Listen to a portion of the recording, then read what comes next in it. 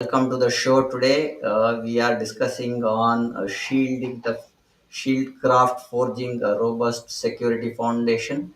We have our speakers, Don Banham, who is a chief security officer at Germantown Technologies, has about 20 years of experience in uh, IT, information security. He's a security technologist. And we have Barbee Mooneyhan, VP Security and Privacy, Woebot Health. She also has about 20 years of experience in providing IT security and operational services solutions. Welcome to the show, Don and Barbee. Pleasure to have you on our 50th session of LinkedIn Live. Thank you for accepting our invite. And we can start off with the first pointer that I want to discuss on what do you, uh, when do you start, even when you don't have a security leader? While we talk on the forging of a robust security foundation, where do we start? I guess I'll go. So thanks Prem for having me on the show. I'm excited to do this. So yeah, so when do you start your security program, even if you don't have a security leader? I think that is it's a question that every company needs to ask, and I think it starts at the beginning. It can be difficult if you don't have a security leader or you don't have trusted resources that understand what's required, even from a basic security standpoint. So, what I have seen typically in a startup organization is security tends to sit with the CTO role or something similar to that. And not every CTO has a security background. Some do, and some are comfortable in that role, but many do not. And so I think it can be difficult for them to know where to start. My recommendation would be, and I'm curious to hear what Barbie would say, but my recommendation is to start with the basics. Start with foundational, even technology infrastructure basics can get you moving along that security maturity roadmap. So things like patching, password management, vulnerability management, making sure security tools are installed. You can also come along with external service providers to help augment maybe the gap that's not there on your team. So those are a few of the things that I would say to start out with, even if you don't have a security leader. What do you think, Barbie? No, I think you hit it on the nail, but also I kind of wanted to pull out a couple of the words that you used as well. So I think it's important that you said a security leader or trusted resources. And sometimes we're not ready to pull on a full leader. If you have 4 people in your company, maybe a security person, unless you're a security company, isn't going to be one of your first people to pull on because you're more worried about getting the product set up and you're worried about making sure that you're having conversations with potential clients or investors and making sure that you're able to create the product first before you start being able to pull in other resources. So I think the trusted resources is a big component of that, and getting somebody that you can at least talk to and you can at least be familiar with, that you trust, that has information on it if someone internally doesn't have a security background. And I'm not saying that, your CTO has to have been a CISO at one point or has to have ran security departments at one point, but we can have really strong decisions in the beginning that can avoid mistakes later on. So if you build your foundation, especially if you have a technology product, if you build a solid technology foundation and you architect it really, really well, because you have started looking at the security resourcing and the requirements around that beforehand, and you're talking to those trusted resources, you talked about augmenting as well, being able to augment some of that support to the company is really critical and key. And being able to pull in those conversations of, okay, I'm architecting this. What's the securest way that we can do this from the ground up so that later on we don't have to re-infrastructure everything because we didn't think about the fact that being able to run too many resources at once isn't going to be secure or sustainable or stable over time. Like that. I think you touched on security architecture, or not security architecture, I'm sorry. You touched on kind of architecting a product or solution, right? And I think proper architecture includes security. But again, if you're at that early stage of a development lifecycle or a company, you may not have that lens to bring that security architecture into your product architecture. So yeah, trusted advisor, external resource, external service providers, or just a peer group maybe that you can bounce things off of. There's lots of peer groups for security professionals, and I know there are for CIOs and CTOs as well. And maybe if you don't have that expertise in-house, go out to a peer group and see what resources you can pull in from those groups as well. You said resource group. Oh, I'm so sorry. No, go ahead. You said resource group. We have ISACs in the United States, which is security exchange groups. You join one of those early on, get into you don't have to be a security professional. They love individuals that aren't security professionals because it brings a different context and a different world to the security information. And it also allows for CIOs and CEOs to be able to see kind of that sauce and some of the other things. You get to tap into resources from very large and very small companies. I mean, it runs the gamut usually in those ISACs. So being able to tap into those groups and get advice from other people and listen to sessions and understand some of those pieces in your vertical, because that matters as well. I think a little bit later we're going to be talking about, understanding your vertical and regulations, but the critical understanding. You can't do security without understanding what vertical you're in, without understanding what threats could potentially be interested in what you're trying to build. And so being able to understand the uniqueness of your industry as well, and being able to have other security professionals helping that along the way is just, again, I know I keep saying key, but it's definitely, it's key. I agree. Yeah, you touched upon groups and communities, right, Barbie? So, how do we think this is on the fly that whatever pointers that you have been talking, uh, there are people who take security to the least priority. Okay, so Mm. they don't understand at times where security comes in and stuff. What is your suggestion? Should we have security while we have? Hi, Vijay. Vijay also joined us. So, Hi Prem, should hello Dan, hello Barbie. Hello. yeah. So my thought is, how do we put security in the forefront of building a robust environment for us? And should we consider security to be the prime one, or by default, or by design? So what is that you think that should be more important for us when we talk about security? Well, I got to answer first Yeah. the last time, so I'll let Barbie go first this time. So obviously we would want by design, right? But oftentimes it's not thought of until later, which is, I think, one of the reasons why honestly, so many laws are coming out about how are we doing this, how are we designing this, and how are we standardizing, or at least trying to bring to the forefront really good practices.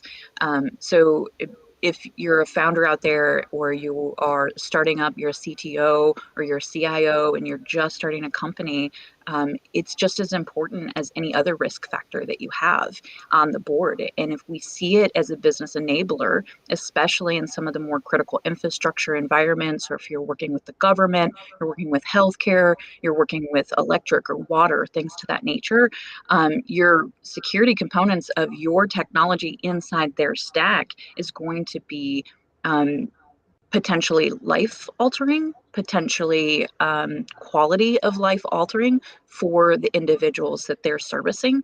And so it's not just a, like, what can we get away with that's legal, but what can we do to ensure our clients and ensure our potential investors that they're investing on something that, one, they don't have to worry about or make their technology people in their companies lose sleep overnight, because what if we have a company that might get impacted and then might impact us from a third or fourth party perspective.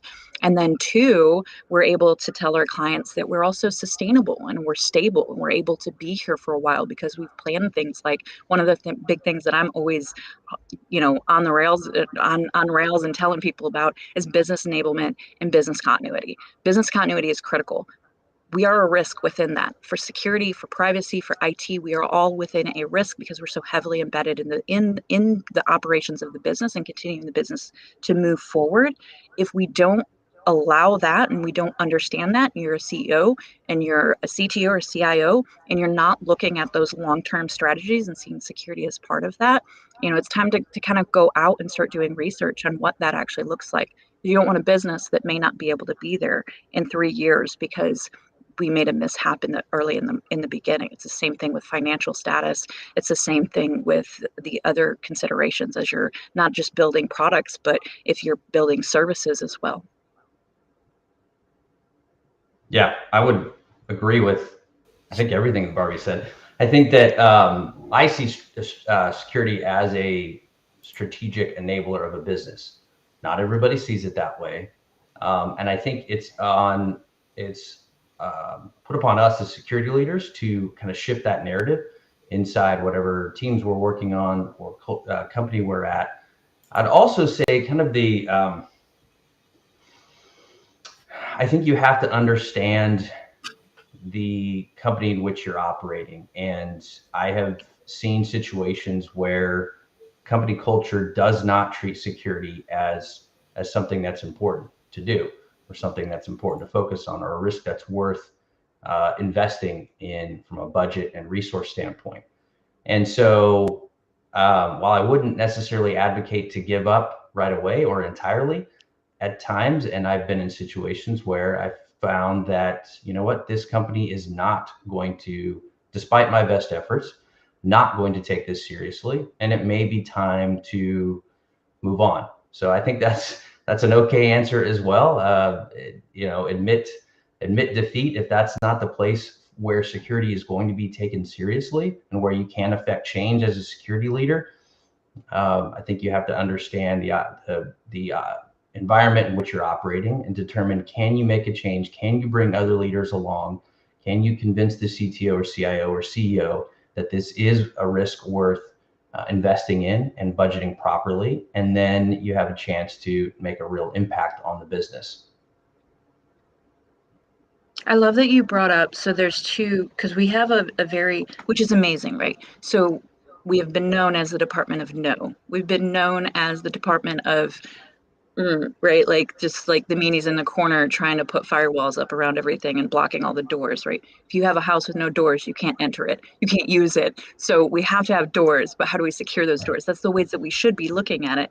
And that's the way we should be helping define those things for other individuals as well in that business enablement component of it. But I really appreciate that. I know we often say that, and sometimes it can feel a little helpless for some leaders because they're in those situations in which they've done it, right? They've had the conversations. They've done everything that they can to try to help a company along, to understand the importance of it. They've shown the risk factors. They've shown the financial impacts, the marketing impacts. They've shown all of these different risks that could potentially help the company long term if you do it this way, short term if you do it this way, and then hinder the company or hurt the company if you don't do it. And the decisions are still made, and there's still that, very heavy load bearing pressure that we're not going to do it anyway. That's fine. I understand, but this is just not a priority right now. And sometimes for our own kind of mental health and ethics and conversations within our own lives, sometimes we do have to make those tough decisions and say, you know what, I understand, and it's their business to run. We're not there as security leaders. We're not there to tell somebody else how to run their business. We're there to help inform and help educate, Right. and make sure that they're making the decisions that are best for their business, and the board's making the best decisions for the business. And sometimes we have to look at it in the face and say, okay, I understand this is the risk tolerance that you have. It's not the same risk tolerance that I have. Right. And so maybe it's time for me to find a culture fit that's a little bit better to me. I love that you said that, because it's so hard whenever we hear it's business enablement. You just got to figure out how to say it right. But sometimes you have to be like, I'm saying it right. It's okay. I think I especially understand. in some of the recent happenings with different companies that have come under security leaders that have come under fire for certain situations. I think I've even especially been heightened to that sensitivity. Like, okay, I just need to make sure that while, yes, it's my job to illuminate all the risks and let the business decide how to treat those risks, but depending on that treatment, it may necessitate finding our way out. So we'll see, right? It all depends on the situation. Great insights. I think what does the need of a security leader in our, see, you touched upon few pointers where leadership is going to be crucial, but how is the organization treating when you look for a security leader?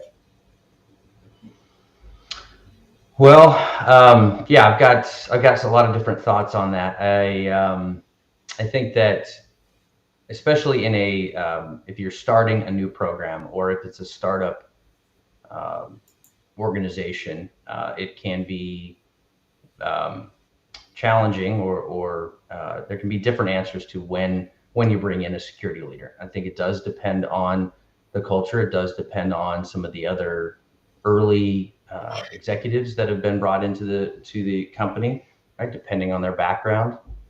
I think there's other factors such as regulatory inputs that'll decide when you need to pull that trigger and what experience that person needs to have. I've worked in financial services for quite a few years, in healthcare for quite a few years, and both of those industries highly regulated. And in fact, in financial services, you have to have a designated information security officer. They haven't quite got to that extent in healthcare yet, but that may come at some point. So certainly, critical infrastructure, the regulated industries will have a bearing on that. But I do think that it will also be highly dependent on some of your contractual obligations, right? So in healthcare, depending on the type of business you're running, you may have vendor or contractual requirements that have certain requirements in your technology program or your risk program or your security program, and that requires some specialized skill. Again, as a young organization or a startup organization, you may have different options with external resources, fractional services. You may be able to take advantage of a fractional CISO or virtual CISO or whatever we're calling it these days, where they can provide that expertise, that strategy, even that execution and management without bringing on a full-time resource. But at some point, you're going to have to make the decision to start insourcing some of that talent and making sure that they're integrated as part of the executive management team, that voice is being brought to the CEO or the board so that risks that are identified reach the level of management or board audience that are necessary to, again, provide that budget in order to mitigate those risks and enable the business. Barbie, what are your thoughts? Man, I'm so glad we didn't decide to do this as a debate, because I would be failing at debating you right now. It's so good what you just said. So I completely agree in everything. And one of the things you brought up was the contractual obligations. And I think sometimes, again, we talk about the business enablement. When the clients ask for it, guess what? It's important. Like it makes a difference in whether or not you get to sign the contract. And then you have to follow through with it, because even especially with, as you said, the medical industry and the healthcare industry, high trust is seen a lot in those, especially when working with payers. And so it's a very heavy, intensive certification to get within your company. And then it kind of grows as the company grows. So it gets more complicated and bigger as you go. And then, you've got the, within working with governments, obviously, as well, you've got very heavy, stringent FedRAMP to be able to do that. And so when we're working with our clients, there's huge benefits to having that already laid out and already in house. The concept around, and I know I might be skipping forward a little bit, but you brought up the augmentation. So you can augment services, but when you first starting out augmenting, you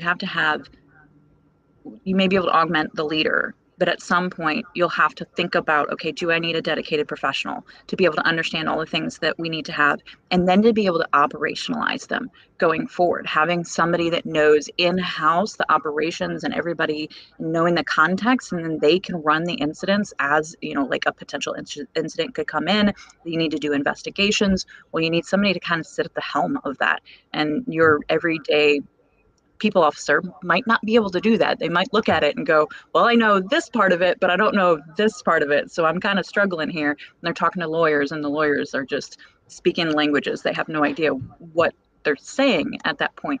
So there is a critical point in which you have to say, maybe at least I need to have somebody internal that can understand my organization thoroughly and can be that key point between my organization, the clients, my organization, and the processes and the operations in my organization and the augmentation that I'm using to be able to meet some of those needs, to be able to protect the business. Because at the end of the day, we protect the business, right? We protect the sensitive information, we protect our clients, we protect our company, and we protect the people that work for the company, right? And we protect the users of whatever service or whatever product that we have. That's our job. Our job is to protect. And so we have to do that through a lot of different things, like monitoring, making sure, because we set it up, right? There's two pieces. There's setting up the security. There's making sure everything is secure to begin with. And then there's, after we set everything up, we have to keep doing things like vulnerability management, patching, what we were talking about before. Also logging, right? You got to find out what's going on in those things so that you can monitor it, so you can alert to yourself if anything happens, and then what do you do in that response time? And so as all of that's going through, at a point, especially understanding your industry, like Don said, you have to understand, okay, it's time to have the first person, which is going to be my access to all these different spokes. And then once you have that access to all those different spokes, I can almost guarantee you they're going to come in and say, I can't do it all, because security is very big and broad. And so they're going to have to start putting different augmented pieces or different individuals to support those augmented pieces into the spokes from their access. So I will, I'll do a little debate with you on this one. So I've been personally in one situation myself that was, I would call it unique, because I haven't seen this before and I haven't really heard of it working elsewhere, but it did work in this situation. I was in a former life, I was the fractional CISO. I wasn't full-time. I reported to the CIO. This was healthcare, high trust organization, and 2,000 employees, which is crazy, I think, to have a fractional CISO in that model and that size. Like, so I could see your head nod, and yeah, I would agree. When I talk this out, this doesn't sound like the best setup, but all the factors played along and it worked really well. I was part of the senior IT team. It reported to the CIO. I've got some thoughts about that. But in any case, this particular CIO, she was fantastic. She understood enough about security and understood where her limitations were, and did not stand between myself and the CEO in reporting up and kind of giving visibility. She helped fund it. We had a team of 3. When I left that organization, we had a team of 9. We inherited we brought in, we took some of the responsibilities from the infrastructure team around identity and access management. So I've had one scenario where it wasn't full-time, and you would think on the surface, healthcare organization, 2,000 employees, why in the world would they not have a full-time CISO? Whatever, that's the decision the business made, but it actually worked really well. Again, I think that's somewhat of an anomaly. Other factors sort of played in and helped that work, but it can work if you don't have a full-time security leader, even at that size, even though it may be rare. I've seen it work. So that's my counter argument there.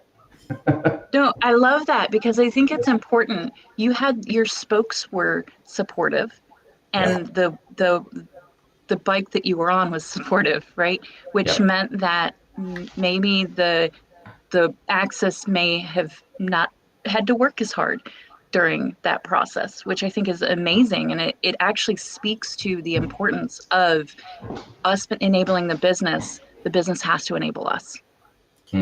That's a good point. By being able to create and support the leaders with the individuals and the teams that can do the work and not lay it all on the leader to take care of it. And I think it's actually a perfect use case for the business enabling security and that amazing culture you were talking about earlier. Great insights there again. So supportive management is always a rare scenario that you see. And Don, you are saying that there was a supporting CIO who helped you get things sorted out. I've seen in industry is that people get into a role, and after that, security starts to be deviating on many of the pointers, right? And there is no management support that you'll find. Rare case is that organizations take security to the core in every aspect, and only when there is a challenge, people try to look at security, blame security, saying that security did not put their regular controls over there, or there was a misalignment in the controls that what we had decided and it is not being done. So there are certain things that come up. How do you think? How does vertical play into this regulatory and compliance requirements, Don and Barbee? Barbee, you want to go? Yeah, my favorite thing, regulations. That is,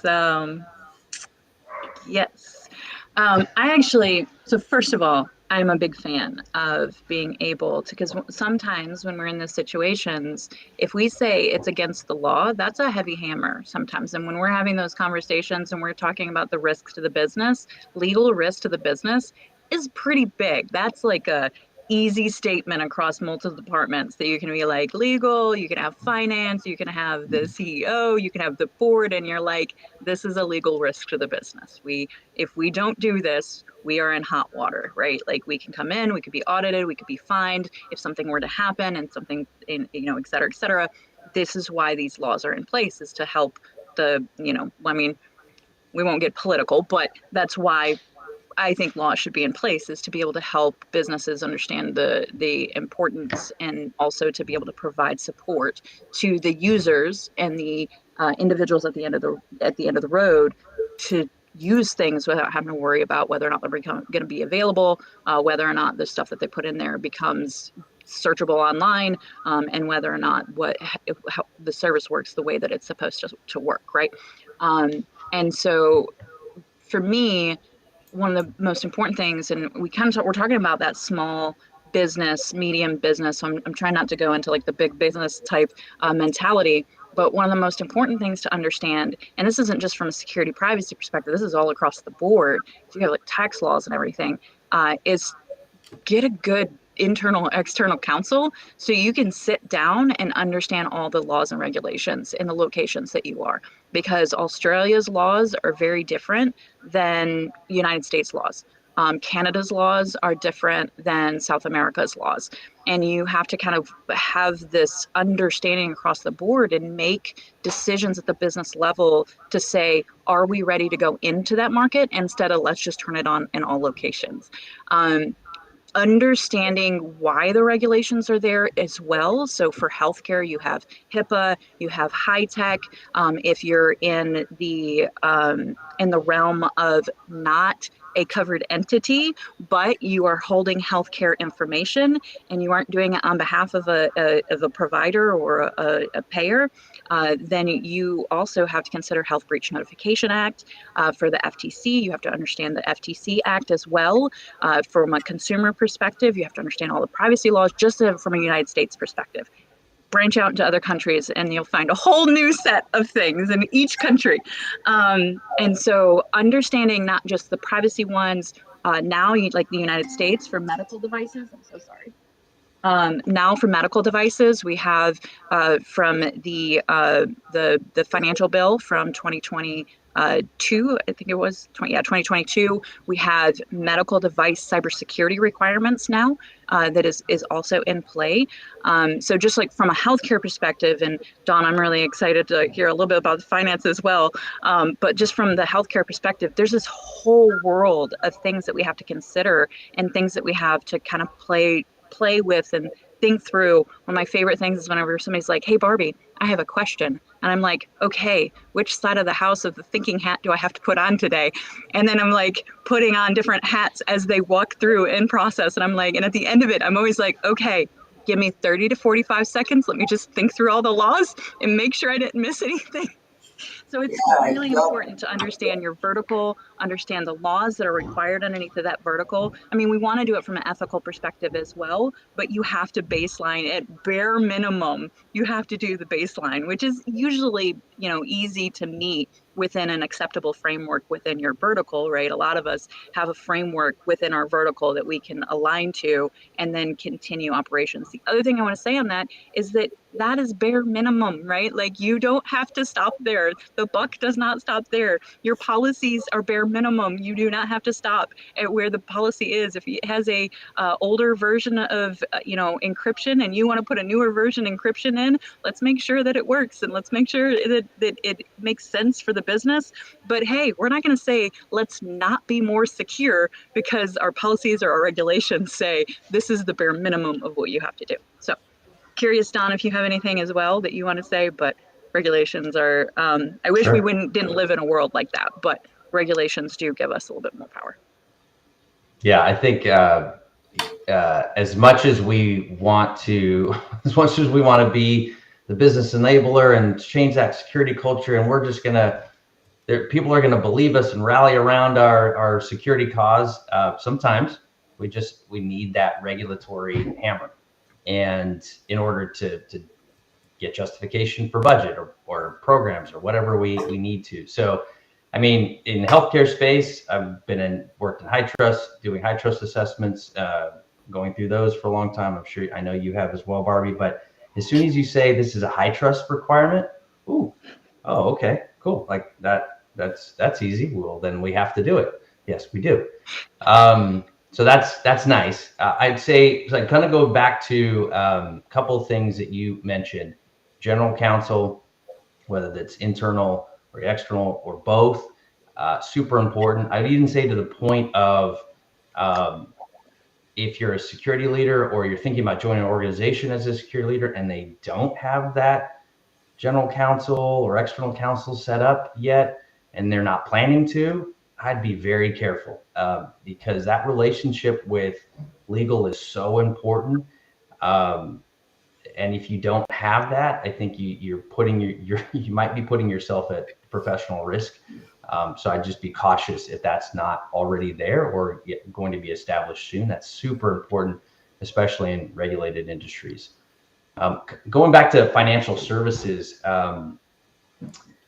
financial services in the United States is probably the industry that I would say is the most mature when it comes to regulatory enforcement. And healthcare in the United States is getting there, but still lagging behind financial services. The nice part about so I work with banks. The boards, it was a given. Like they knew they had to adhere to the FFIEC handbooks. And what did that mean? And they knew they were going to get examined depending on the age of the bank. I mean, I worked with startup banks and worked with more mature banks. I mean, in the new de novo stage of banks, I mean, the auditors are there, like it's like they live there almost. So I was a service provider to banks, and the reason that company was started is because banks had to spend money on security and technology. Like, it was just a given. So there was a larger budget for banks to spend on those services, and so we would come in and do security program management, creation, strategy, put in services, that sort of thing. And to the point, I mean, I would sit with banking regulators and kind of walk through the technology and security program for banks and understand, what are those requirements. It was a big hammer. It was, if you didn't have certain things in place, that was not a good day. And there was severe actions that regulators could take, to the point of, I was part of the FDIC calling us and saying, hey, we're about to shut down this bank. We need your help to come in on the back end and help stand things back up once we've taken over the bank. So it's they had the power to essentially shut down the business if they felt like programs weren't operating appropriately. Now, that's sort of the extreme that I've been a part of. Other industries, again, aren't quite there yet, but it's nice at times to have that lever to push and say, if we don't do this, we're going to be in big trouble. And this is what's happened to other companies that have decided to push off that risk. Yeah, a lot of points touched upon when we see how security has to be taken to make it robust. You touched upon again on the pointers that we wanted to look at, and you've given an elaborate answer to that, Don and Barbie. Now, how do you look program for a startup? Because there are small biz people, and they don't consider security as a primary concern. Okay, and they start somewhere. They are focused on what their product is, and they don't look at how to look at their code or their product, or how it is to be integrated with security. That pointer is not there when you go to the fresh new startups. How do you look at that, Barbie and Don? You want me to go first, Barbie? Okay. All right. So I've got some points that we look at when we help our portfolio companies start a security program, and they're pretty practical. So I'll just kind of list these out. I'm curious, Barbie. I haven't told you what these are. We didn't run through some of this in our prep session, so I'm curious how you would respond to this. But the basic elements in the first few months that we're looking at are basic things. So we look at, what are we doing for patch management? So we're going to say, all right, if we're a Microsoft 365 shop, which a lot of companies are, okay, what license do we have, and can we do patch management through that platform? The answer is yes.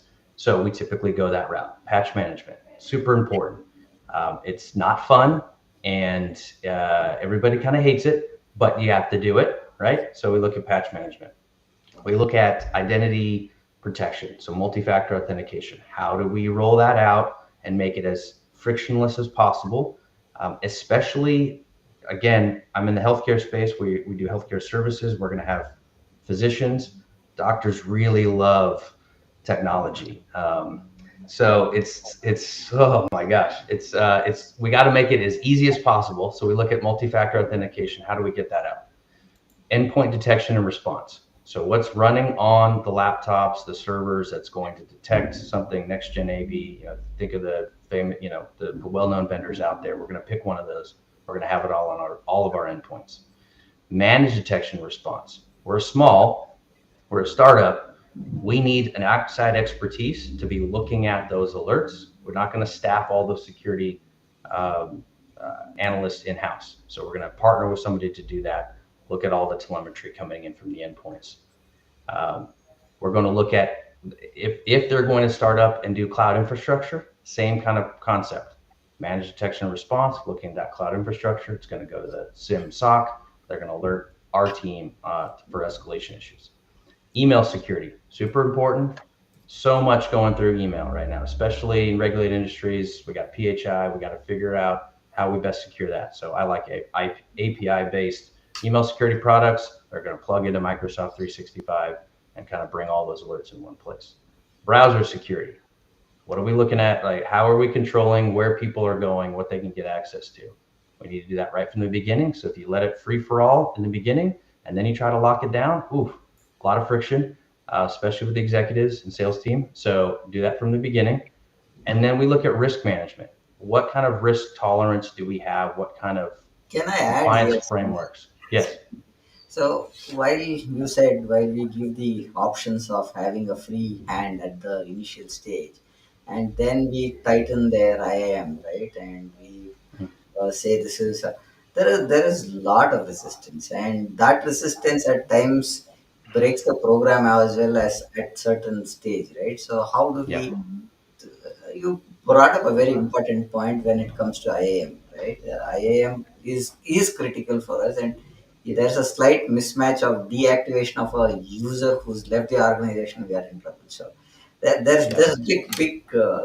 That's where I was talking while I started. Will we do it with design by design or Yeah. by default? So when you talk about privacy as design or by default, so which is more important? That plays a major role. Yeah, I mean, I think, like to your point, and then I'll let Barbie answer. But in that previous organization that I came in, I didn't come in the startup area. It was 2,000 employees. It was still a relatively young company, but we took IAM from the department that it was sitting with and brought it into security. So I think if you can do that even from the beginning, that's a more effective way to make sure that it's running properly from the beginning. But a lot of organizations, at least that I've seen, especially on the smaller side, don't have IAM as part of the security program. So you have help desk or other end user technology folks creating identities, and then they're supposed to be the ones deprovisioning and deactivating identities. And it's been my experience that generally doesn't happen very well. And so I tend to want to take on that function because I think it is so vital to security. So yes, if you have that opportunity and you can make that happen, bring that into security where your security team is doing the provisioning and deprovisioning right from the beginning. Yeah. So those are the kind of the elements that I would say in the beginning that I'm going to look at. Initially, I've got some ones that I would look at maybe in the second stage, but those are the ones that I'm looking to look at initially. What do you think, Barbie? I mean, you hit so many of them. One thing is that when we first come in, oftentimes, and I kind of giggle whenever I have to say, that's great with building a product, and we want to build the product, but we also have to run the business, right? Like we have to continue the business to continue to build the product, to continue the business to continue to build the product. Like R&D and everything is incredibly vital in an early stage company. Being able to provide information back to the clients and being able to have like new and upcoming like improved services is really critical in a beginning company. However, whenever we talk about all that when we first come in, we have to protect what's already running. And I think, Don, to your point, you're talking about monitoring and operations from I come in the door. I'm not looking at necessarily all of the things that you've done previously or fixing any of the architecture yet. I'm looking at how do I put the things in place that I need to be able to see what's going on right now. The only ones that I would add in the beginning would be data protection. Obviously, like the drive or like most small companies, they don't have servers anymore. We don't have like a server that has all of our data on it. We have Drive, or we have Box, or we have something along those lines that they're dumping all the information into. Well, we got to figure out how to parse all that apart and start getting controls around it, because I can almost guarantee you when you're walking in, there's never been a security professional before, nobody's ever went, hey, we probably shouldn't share the entire world from Drive this really confidential document, because they just hit share and called it a day. Or we probably shouldn't have all the contracts shared with everyone in the company. So that's one of the things that I normally look at. And then I also look at logging and monitoring, make sure that I can start seeing things and I can start responding to things. Because if we don't know what's going on, we don't know if we're being attacked, that is a whole big question. And some of the company or some of the verticals, if you don't know, and you can't didn't provide evidence that it didn't happen, then it default did. Like you're in breach. That's it. So the logging and monitoring is really important. The other thing is that I would go back and look, like once we got all of this in place, I would go back and do an architectural review and do a threat model to understand, like backing it up and seeing how everything's built. And it depends, right? Because you have services and you have products. So product development is handled a little bit differently than a company that just does services. But you also have to look at how does this all look from a higher level perspective. So I'd add threat modeling in there. And then from an identity access management perspective, MFA and protections and everything, I just wanted to kind of key point on that as well. A lot of times we're actually going into organizations when it's a free-for-all because they have to. There's only 4 people in the company. There's 5 people in the company. I can guarantee you they're putting on more hats than you can imagine. And so that person has shared accounts. They have, like, the company is going to have, access to everything because they're doing everything. And so that's part of the, like, movement into, it's a culture shift of saying, I understand this is where we had to be, but let's mature to the point of where we need to be. Because building that foundation in the beginning, if you build upon a cracked foundation, it's going to get worse and it's going to hurt the company long term. And so you have to make sure that, like, you start having those conversations early and you start understanding least privilege and you start understanding the concepts around like making sure that people have different roles for different responsibilities.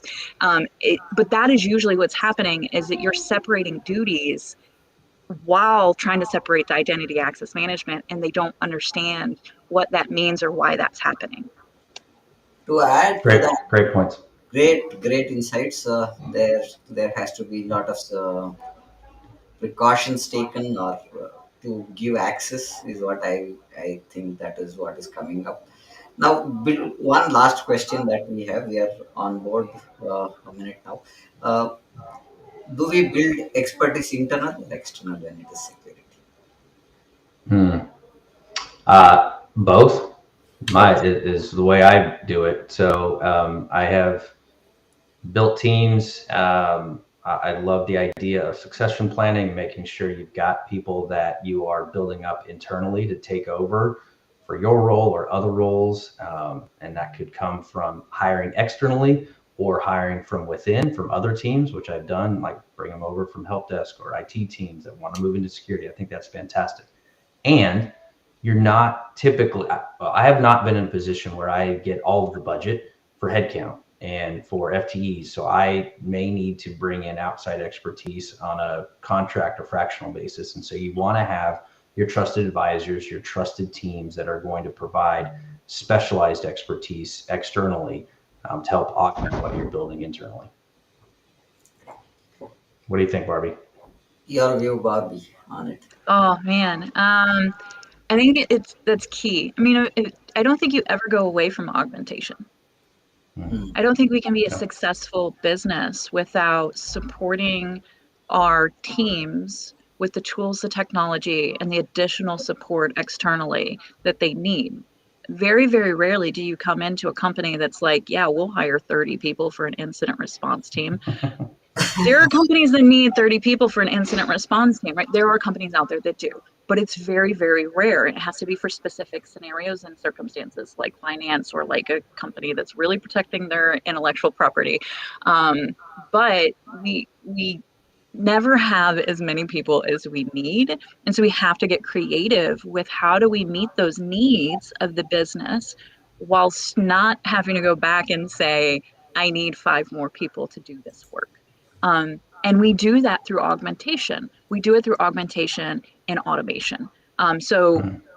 Both. I don't think you ever get away from that. And I think our service providers are really critical in the relationships and in being successful. And we talked about earlier the idea around, also 24/7 models are really hard for an organization to be able to support, because you don't just support you right now, you support you through 24/7. But I just want to kind of back up for a second. We also talked about from a regulation perspective, and that kind of like, not hammer that we have, but kind of hammer that we have contract obligation, which is our client obligation, which is a legal obligation, by the way, just as a reminder. We have the regulations and we have insurance. right? And I know that hammer, right? We have the hammer, they have the hammer to us. Like, we have insurance. Why not? Why do we have to do all this stuff if we have insurance? It's like, well, we have insurance. They have all these requirements so that we can have insurance. If we don't have it, we have an incident, they're not going to cover it. Like, that's the contractual obligation within the insurance company as well. I know that wasn't really what we were talking about right now, but I did want to follow up on those three components as well, because I think it's important, and when you're building a business, to understand all the things around you that can influence your decision making. Yeah, you're right. Whether we should, how do we mitigate a risk by transfer or doing accepting the risk is a major part that we should look at while we design a program and we share our inputs to the senior management. Now, taking cue to what we've discussed so far, Don, it's been a great session that we had so far. Uh, I would like to summarize on few pointers that everybody needs a security leader, and business needs security as on yesterday as implementation, right? And they are not ready to fund the initiative while we don't get the required resources. That's a challenge that we always see when we do any project, not only security project as such. There is always a business commitment that we look at, and that comes, and a resource challenge which we discussed. We don't get resources required, but we'll have to manage with what we have, and that's another. You touched upon Office 365 patching, vulnerability management, and security concerns that can raise if we miss certain points. Great insights on that. And uh, what we see here is, when we start by doing a program, we should start from design, and we should make it by default, is what I understand from your points, Don and Barbie. Privacy or security is by design and by default to be considered. Great insights. Thank you for being a great speakers for us, having you on our episode. Thank you for being here. Thank you for the audience who have been part of the show. With this, we would like to conclude the show. Any final words that you want to have, Don and Barbie? And we can conclude. This was fun. Yeah, thanks for having me. Yeah, same here. This is great. I really appreciate it. And Dom, thanks for having at least one debate in here instead of just a total agreement across the board. Yes, yes. It was a great insight having you both here on the show. Thank you for that. With this, we'll conclude our session, and thank you again. Bye. See you for another session again.